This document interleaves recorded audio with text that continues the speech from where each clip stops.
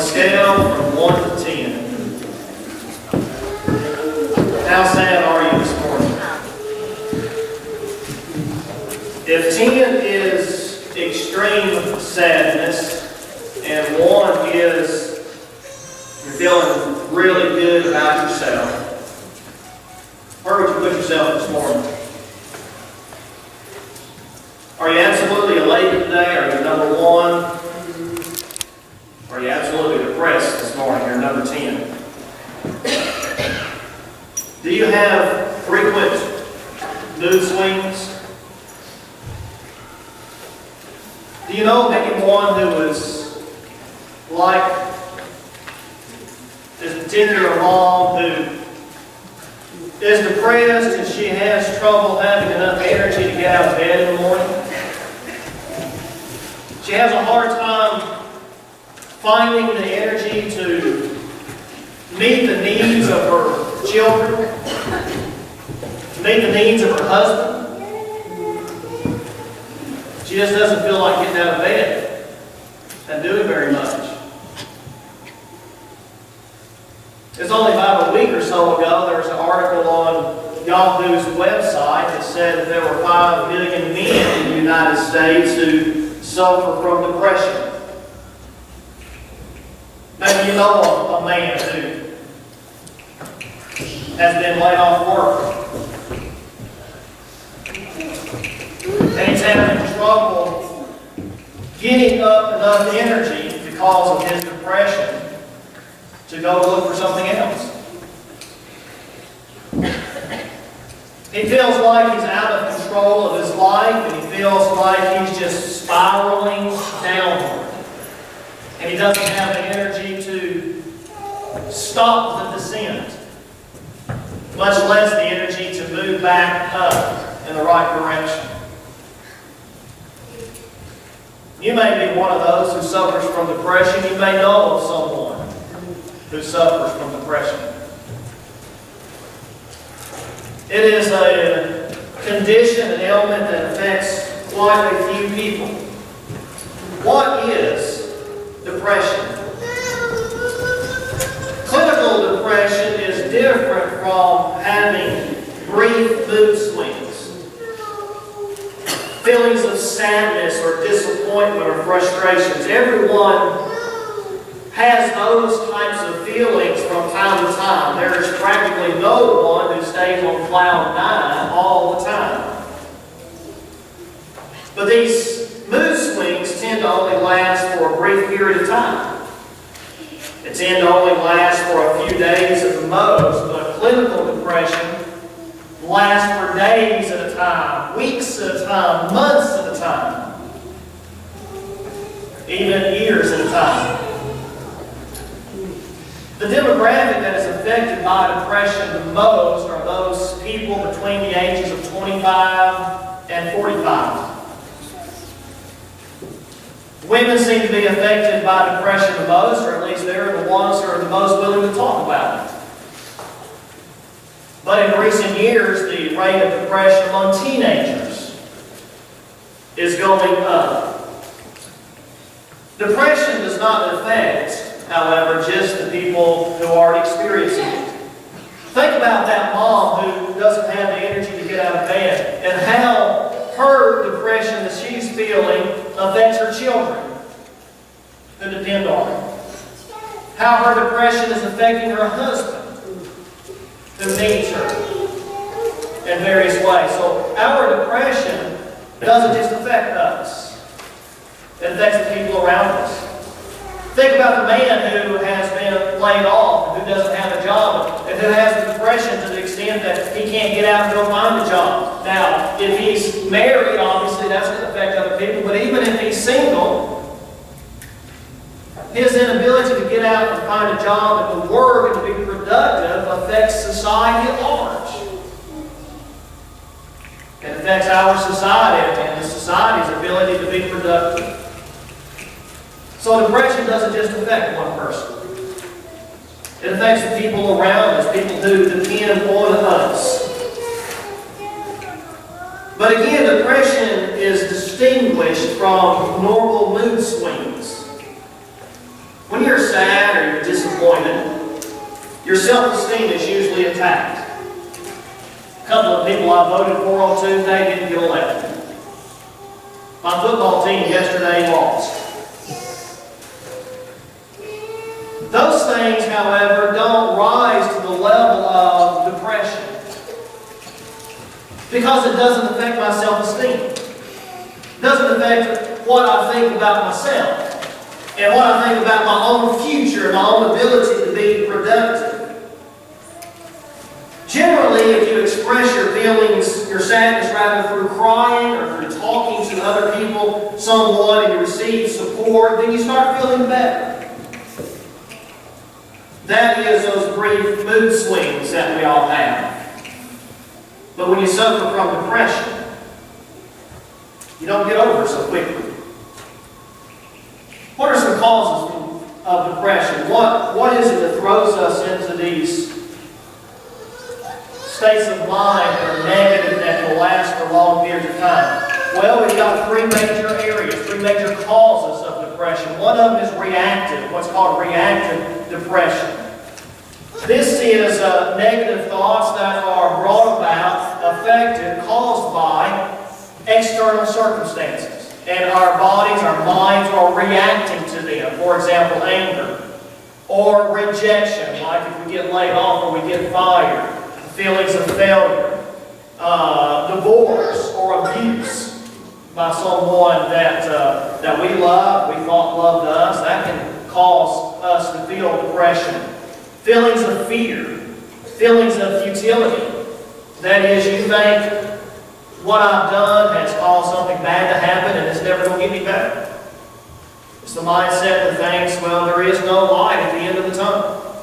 That's our body reacting. That's why it's called reactive depression. Our bodies are reacting to circumstances around us. Grief or loss, guilt or shame, loneliness and isolation or stress. Those things cause us to be depressed. Stress, for example. I get stressed when I feel like there are expectations of me that I can't meet. Then I get depressed because I think, well, I'm letting people down. And I don't have it within me to make them happy, to satisfy their expectations, and so I get depressed. That's one cause, major area of causes of depression, reactive depression.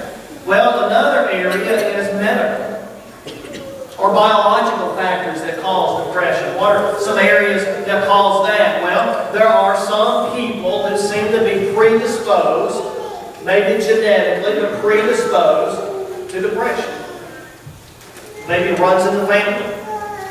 There are physical abnormalities that might cause us to be depressed. They may have been caused by an accident that keeps us from being able to do what we were able to do at one time.